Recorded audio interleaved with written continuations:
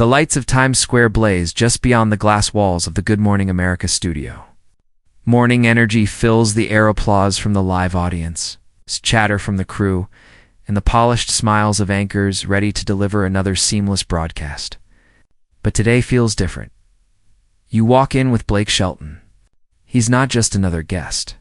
He's a towering figure in country music, a man who spent decades on stage, guitar in hand, telling stories of heartbreak, love, and grit. Dressed in his trademark cowboy boots and that familiar smirk, Blake looks ready for the usual routine. A few laughs, some promo for his upcoming tour, maybe even a quick performance. That's what he expects. But as he takes his seat across from George Stephanopoulos, something in the anchor's eyes suggests otherwise. George isn't wearing the easy grin that usually softens his interviews. Instead, there's a sharper edge, the kind that signals he's not here to play along. The audience claps politely, unaware of the storm about to break. The cameras roll. George begins with pleasantries Blake's tour, his time on The Voice, his marriage to Gwen Stefani. Blake leans back, relaxed, tossing out charming one-liners that get the crowd chuckling. For a moment, it feels like any other interview. Then, a subtle shift. George lowers his voice, leans forward, brings up a topic Blake didn't expect to resurface, his comments about modern country music. The infamous quote, "watered down, 5 minutes in a real honky-tonk." Words that once stirred controversy and divided fans. Blake's smile stiffens, but he plays it cool. He defends his stance. Country music is supposed to be raw, authentic, rooted in real-life struggles. The kind of songs that come from small towns and long nights, not boardrooms and algorithms. The audience listens intently. Some nod in agreement. Others shift uncomfortably. And George, he doesn't let go. He presses harder, asking if Blake's words weren't just criticism of the genre, but of the new wave of artists, young, diverse, boundary-pushing, performers reshaping the sound of country. The air grows heavier. Blake's charm fades. His jaw tightens. The calm has cracked, and behind it a storm is gathering. This isn't the interview Blake thought he walked into. It's something else entirely. The lights of Times Square blaze just beyond the glass walls of the Good Morning America studio.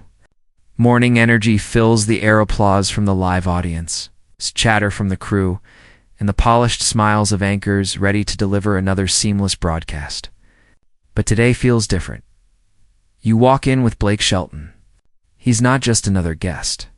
He's a towering figure in country music, a man who spent decades on stage, guitar in hand, telling stories of heartbreak, love, and grit. Dressed in his trademark cowboy boots and that familiar smirk, Blake looks ready for the usual routine. A few laughs, some promo for his upcoming tour, maybe even a quick performance. That's what he expects. But as he takes his seat across from George Stephanopoulos, something in the anchor's eyes suggests otherwise. George isn't wearing the easy grin that usually softens his interviews. Instead, there's a sharper edge, the kind that signals he's not here to play along. The audience claps politely, unaware of the storm about to break. The cameras roll. George begins with pleasantries Blake's tour, his time on The Voice, his marriage to Gwen Stefani. Blake leans back, relaxed, tossing out charming one-liners that get the crowd chuckling. For a moment, it feels like any other interview. Then, a subtle shift. George lowers his voice, leans forward, brings up a topic Blake didn't expect to resurface, his comments about modern country music. The infamous quote, "watered down, 5 minutes in a real honky-tonk." Words that once stirred controversy and divided fans. Blake's smile stiffens, but he plays it cool. He defends his stance. Country music is supposed to be raw, authentic, rooted in real-life struggles. The kind of songs that come from small towns and long nights, not boardrooms and algorithms. The audience listens intently. Some nod in agreement. Others shift uncomfortably. And George, he doesn't let go. He presses harder, asking if Blake's words weren't just criticism of the genre, but of the new wave of artists, young, diverse, boundary-pushing, performers reshaping the sound of country. The air grows heavier. Blake's charm fades. His jaw tightens. The calm has cracked, and behind it a storm is gathering. This isn't the interview Blake thought he walked into. It's something else entirely. Asterisk, the audience is still smiling. Caught in the afterglow of Blake's jokes, when George Stephanopoulos decides to pivot, his posture changes. The casual ease in his voice is gone, replaced with a sharper cadence. Each word chosen like a scalpel. Blake, he says. You've been quoted saying that country music today is watered down. That most of the newer artists couldn't last 5 minutes in a real honky-tonk bar. Do you stand by that? The room tightens. The laughter evaporates. All at once, Blake knows this isn't going to be a light-hearted chat. His body stiffens. His smile falters, but only for a moment. He's been on stages long enough to know when a spotlight turns harsh. He clears his throat and leans forward, his boots planted firmly on the studio floor. Yeah, I said it, Blake admits. And I'll say it again.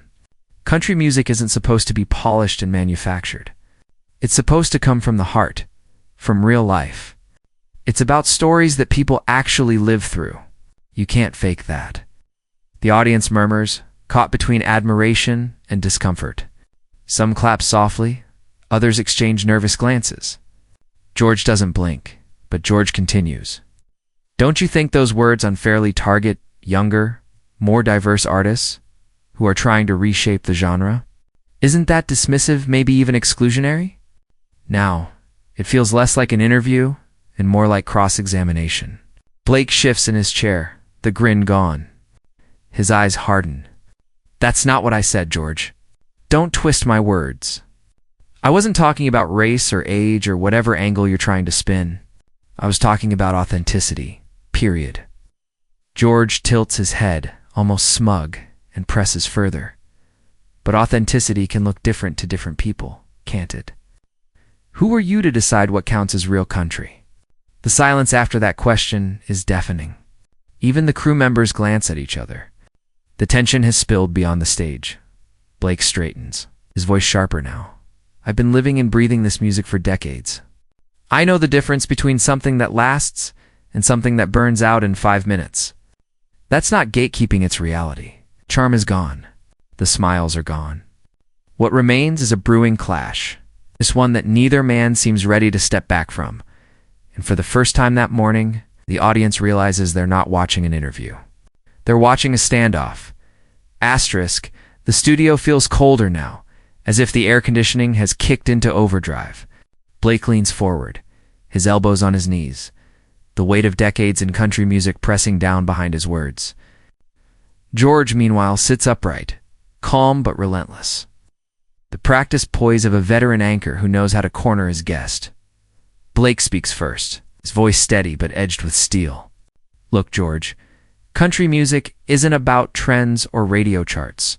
It's about life, hard work, heartbreak, raising families, scraping by. You can't just dress it up with pop beats and call it country. That's disrespecting the roots of the genre. The audience claps, hesitant at first, then louder. There are nods from older fans in the crowd. For a moment, Blake regains ground. But George doesn't yield. He slides in another question like a dagger wrapped in silk. So when you dismiss these newer sounds, are you saying they don't belong? That artists who bring their own backgrounds, influences, and diversity into the music aren't real country? Blake's jaw tightens. He shakes his head. That's not what I said, and you know it. I'm talking about substance. I don't care what background you come from if you've lived it. If you've got a story to tell, you're country. But if you're just chasing hits, that's fake. And fake doesn't last. The crowd reacts again, a mix of applause and gasps. George leans forward now, his voice sharpening. But who decides what's fake, Blake? You? Isn't that just gatekeeping? Isn't that you putting yourself as judge and jury over an entire genre? That word gatekeeping hangs heavy in the air. It's the kind of accusation that sticks. It's the kind that can turn fans into critics. Asterisk, Blake straightens in his chair, his voice rising, almost booming across the studio. I've given my whole damn life to this music. I've been on the bar stages, the honky-tanks, the fairs, the arenas. I've seen artists who last and artists who fade in a week. Don't tell me I don't know what real is. The energy in the room crackles. George doesn't flinch, but his eyes narrow, studying Blake like a man waiting for the breaking point. And the audience? They're no longer clapping or gasping. They're just silent, holding their breath. Watching the collision of two worlds, one built on tradition, the other demanding change. The debate is no longer about music. It's about truth, identity, and who gets to own the narrative.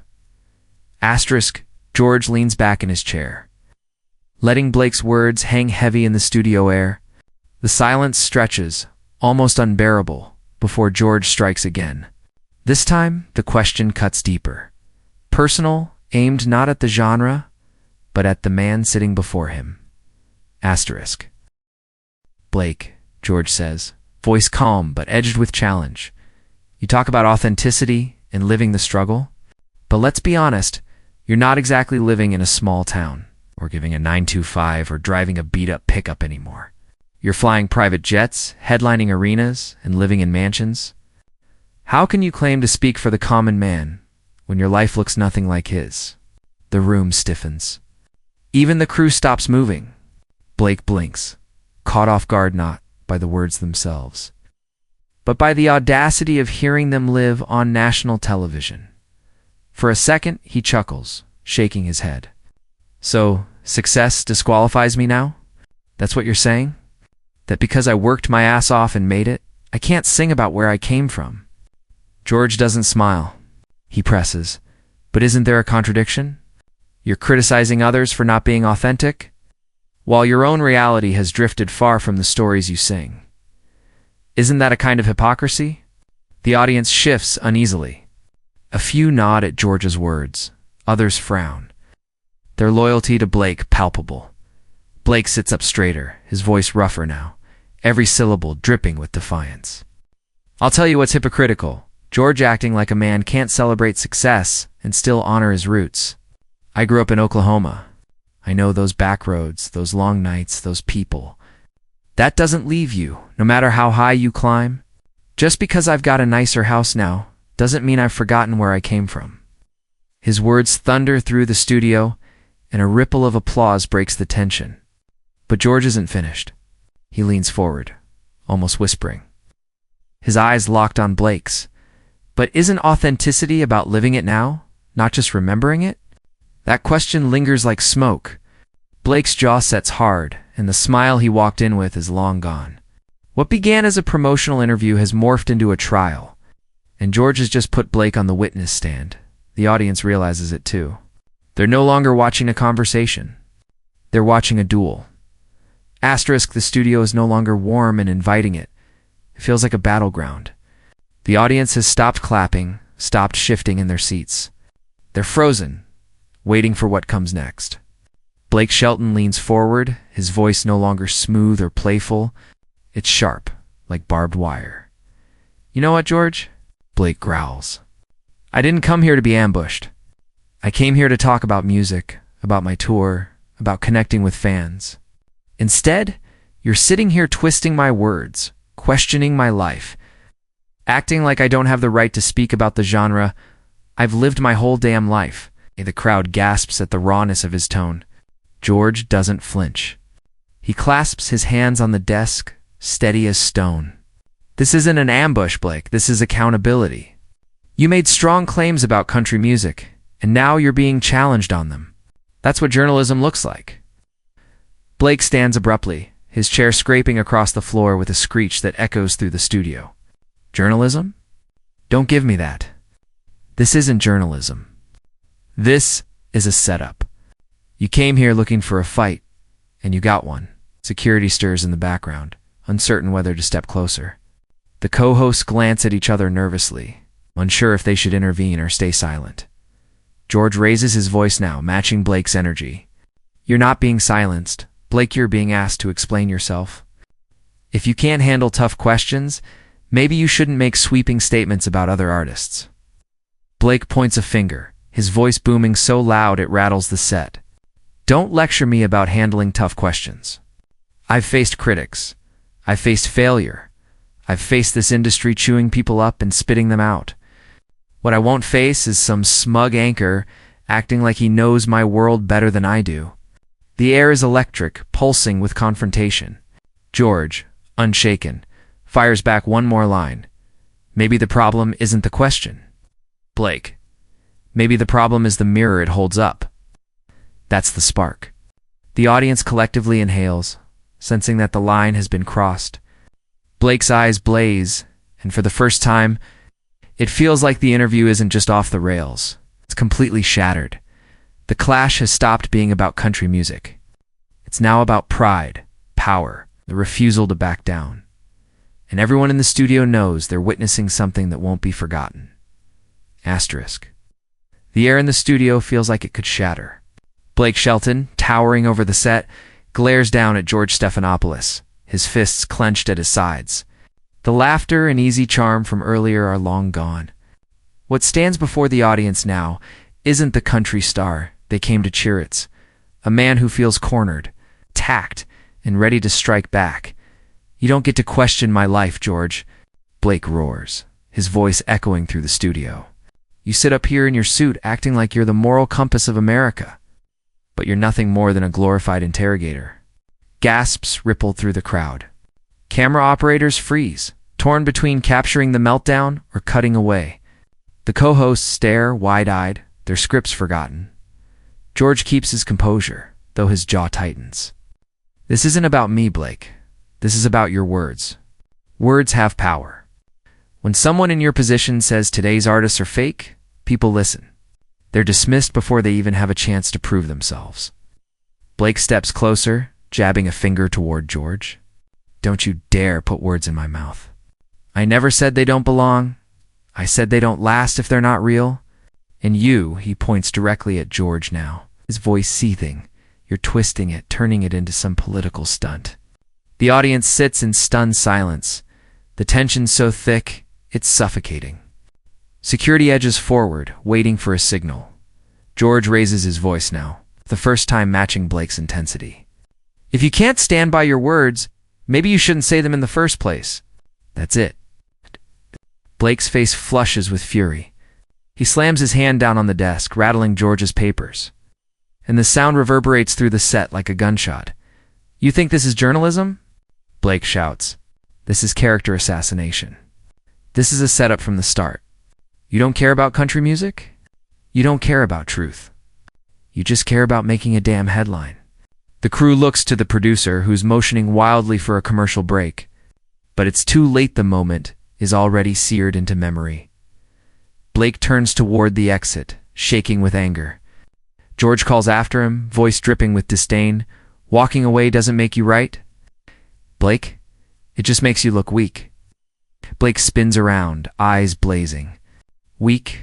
You wouldn't last 5 minutes in my world, George. Not 5 damn minutes. The studio explodes in gasps and whispers. The clash has gone beyond music, beyond authenticity. It's raw ego against ego, and neither man is willing to back down. Asterisk, the studio feels like it's vibrating. The audience sits frozen, their expressions a mix of shock and disbelief. Cameras stay trained on Blake Shelton and George Stephanopoulos. But even the crew can't believe what's unfolding in front of them. Blake stands near the edge of the set, his chest heaving, his voice still echoing in the aftermath of his outburst. George, still seated, adjusts his tie as if to steady himself. His calm facade is cracking, but his resolve is unshaken. Finally, George speaks measured, deliberate but louder now, so no one can mistake his authority. Mr. Shelton, this is a professional studio, not a barroom brawl. If you can't respect this platform, you don't belong on it. The words cut like glass. Blake freezes, then lets out a bitter laugh. Oh, so now you get to decide who belongs where. That's rich. You sit here behind your desk talking down to me, and you think you're the gatekeeper of decency? The crowd stirs uneasily. Security moves closer, their presence now impossible to ignore. The co-hosts exchange panicked glances, their scripted smiles long gone. George narrows his eyes, then delivers the blow. Escort Mr. Shelton out. Command hangs in the air. For a moment, no one moves. The audience gasps. The crew hesitates. Blake stares in disbelief, as though he hasn't heard correctly. You're throwing me out? He growls. On Good Morning America? Are you kidding me? Two security guards step forward cautiously, their hands raised in a non-threatening gesture. One of them speaks softly. Mr. Shelton, please, let's just step outside. Blake shakes his head furiously, pointing back at George. This is what passes for journalism now? You silence people you don't agree with? You call this accountability? I call it cowardice. His words boom across the studio. And a few audience members clap nervously, whether in support or shock. It's impossible to tell. George keeps his eyes locked on Blake, his voice firm and cold. This isn't silencing. This is standards. You crossed the line. Blake's face hardens, his anger radiating like heat. He takes a step toward the exit, then pauses to deliver one last parting shot. No, George. The only line crossed today was yours. And every person watching knows it.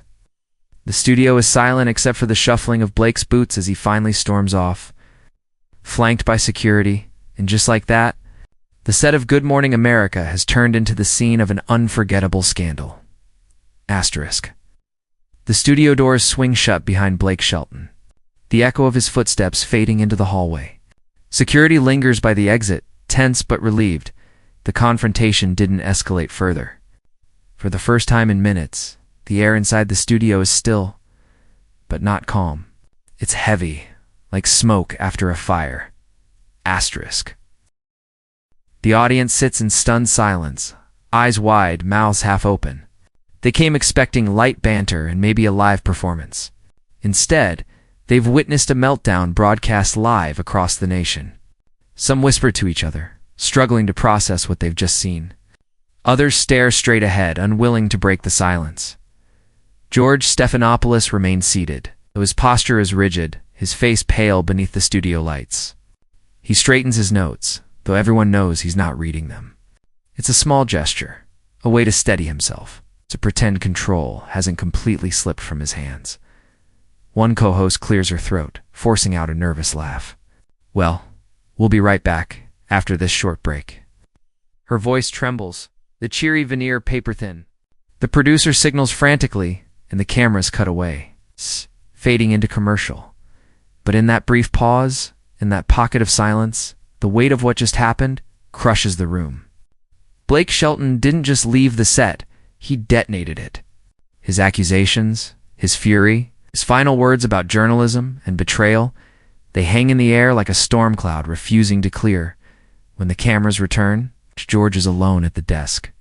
His co-hosts remain silent, their smiles replaced by tight, uneasy expressions.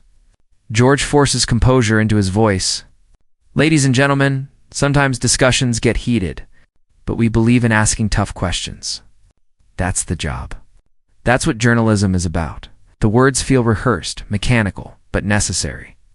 Still, no one in the audience claps. They just watch, still caught between shock and disbelief. Outside the studio, social media has already exploded. Clips are spreading, headlines are forming, and the world is reacting in real time.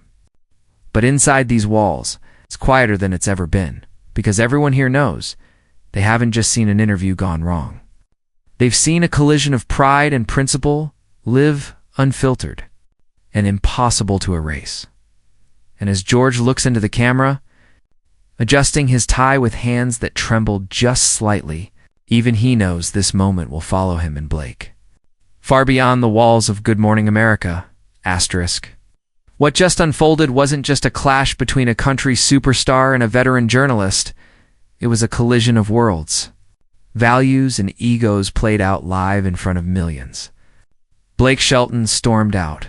George Stephanopoulos stood his ground. The audience was left speechless. But here's the truth. This moment isn't over.